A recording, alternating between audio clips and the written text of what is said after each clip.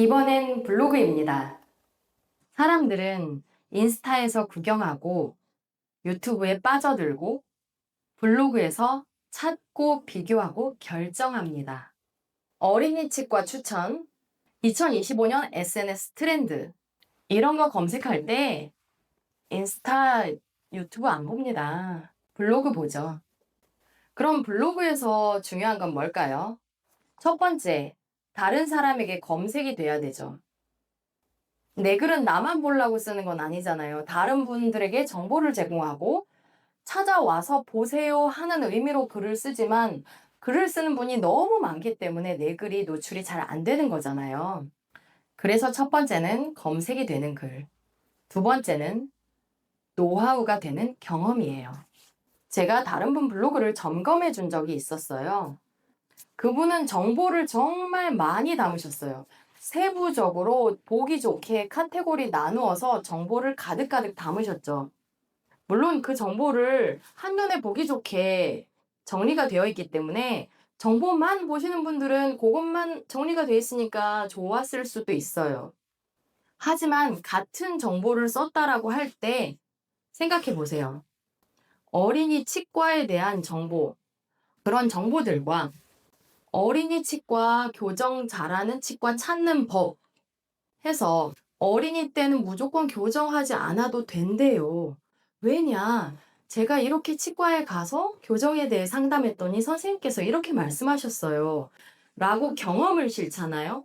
어떤 걸 보시겠어요? 교정에 대해서 교정은 이빨을 바르게 만드는 것이고 아이들 불편할 수 있습니다. 이런 정보랑 요즘 아이들이 씹질 못해서 턱이 얇아진다고 해요.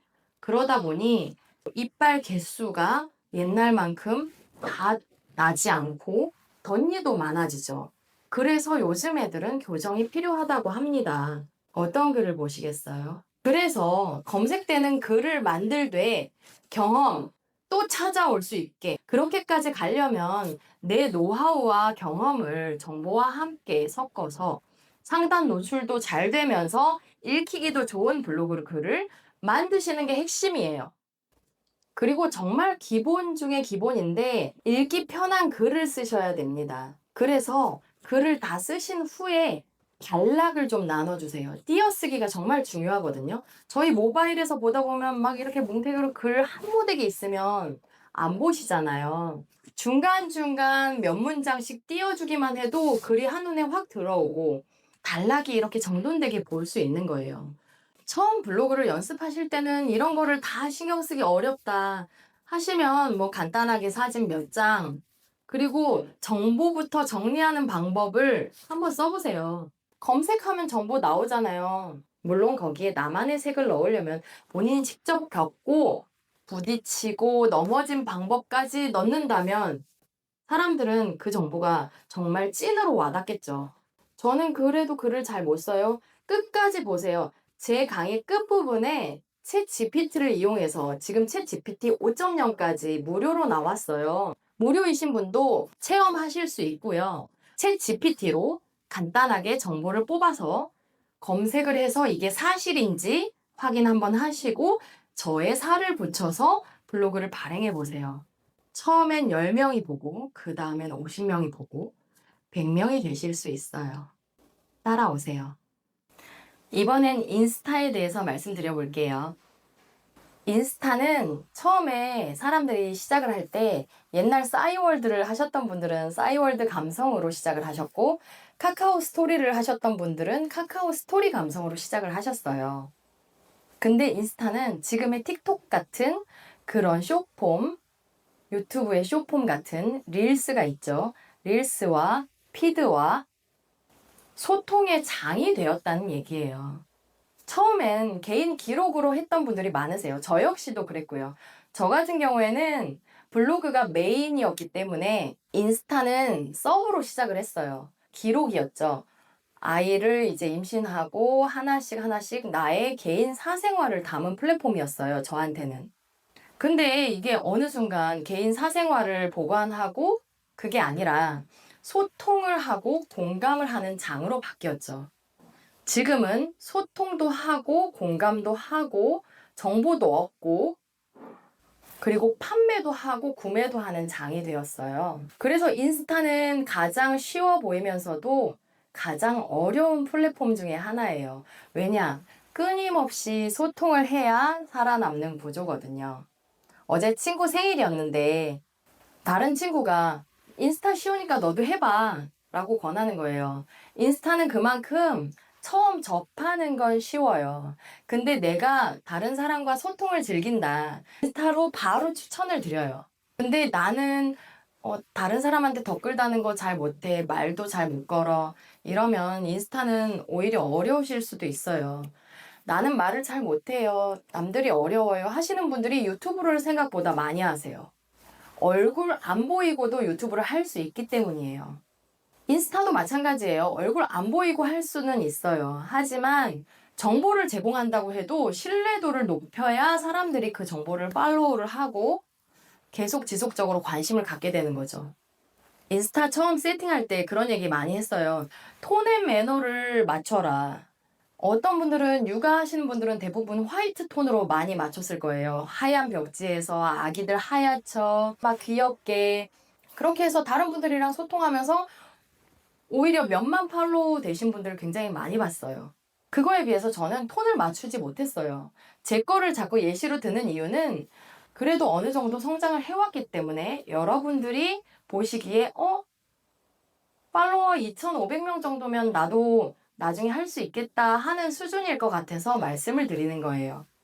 제가 여러분한테 편하게 피드, 사진 한 장, 몇 줄 이렇게 가볍게 올리시라고 말씀드렸잖아요. 여러분께 인스타를 시작하는 방법을 알려드린 거지 전략은 아니에요. 지금부터 말씀드리는 게 전략이에요. 일부러 화면 비율을 위아래를 하얀 여백을 남겨두시는 분들이 계세요. 그렇게 여백을 남겼더니 화면 자체의 통으로 봤을 때 이 여백 부분이 무슨 구분선처럼 보여서 정돈이 잘 돼 있는 느낌이 들더라고요. 그것 또한 그분의 특징, 그 인스타의 특징인 거죠. 분위기를 맞추시고 피드를 올려요. 이제 조금씩 능숙해지시면 한 줄 적던 거 두 줄, 세 줄 적어주세요. 그리고 가볍게 찍은 영상, 릴스도 도전해 보는 겁니다. 제가 이제 막 시작을 하고 육아 쪽에 관심이 있기 때문에 육아를 계속 보다 보면 저의 육아 동지들의 친구까지 알고리즘에 같이 잡혀서 저희 육아하는 사람들의 무리들이 계속 보이게 돼요. 그럼 서로 팔로우하고 서로 공감 누르고 이 사람은 오늘 이랬네, 저 사람은 오늘 저랬네 이런 것들을 서로 공유하는 거죠. 그리고 스토리는 왜 올리느냐? 스토리는 전체 공개도 가능하지만 팔로워, 제가 친하게 해놓은 사람들 혹은 팔로워에게만 공유를 할 수가 있어요. 그리고 24시간 이내에 사라지는 게시물이죠. 그곳은 이 사람의 일상을 공유하고 신뢰를 쌓는 공간이에요. 제가 맨날 뭔가를 팔잖아요. 팔기만 하면 여러분들은 저 사람 파는 사람 뭐 새로운 물건 있나? 어떤 거 파나? 근데 만약에 물건이 안 올라오잖아요? 더 이상 들어올 이유가 없는 거죠. 근데 제가 물건을 팔면서도 스토리에는 오늘은 아이랑 방학 때 여기 갔어요. 오늘 이걸 써봤어요. 계속 올려요. 저를 어느 순간 기억하게 되는 거고, 저 사람 열정 되게 많아서 아이랑 뭐 많이 하던데, 방학 됐네? 아이랑 많이 하던 그 사람 거 한번 볼까? 이렇게. 혹은, 그 사람 어제 해수욕장 갔다 왔네? 여긴 어디지? 이렇게 보게 되는 거예요. 그래서 신뢰도를 쌓고 우리 관계가 형성이 되는 거죠. 마지막은 인스타 프로필이에요. 이게 솔직히 메인이죠, 메인. 프로필 여백에는 공간이 있습니다. 이 프로필에서는 이 사람이 뭐 하는 사람이다가 딱 보여야 돼요. 딱 3초 안에 이 사람은 누구고, 뭘 팔고, 내가 이 사람에게서 얻을 수 있는 정보가 뭔지 이게 다 보여야 돼요. 그래서 요즘에는 인스타 프로필에 사진 많이 넣잖아요. 얼굴을 공개했어요. 그러면 신뢰도가 일단 올라가죠. 누구고, 저는 육아 인플루언서예요. 뭘 어떻게 해줄 건데요? 제 유튜브 링크, 이곳에 가시면 신생아, 50일 신생아를 며칠 만에 누워서 재우는 방법을 보실 수 있어요. 자, 여러분. 신생아가 50일이 됐는데 어떡할까요? 저희 애는 아기띠를 해줘야만 자요. 이런 분들이 만약에 제 인스타를 보시고 50일 신생아를 누워서 3일 만에 재웠어요. 라는 걸 보시면 어떻게 들어오시겠어요?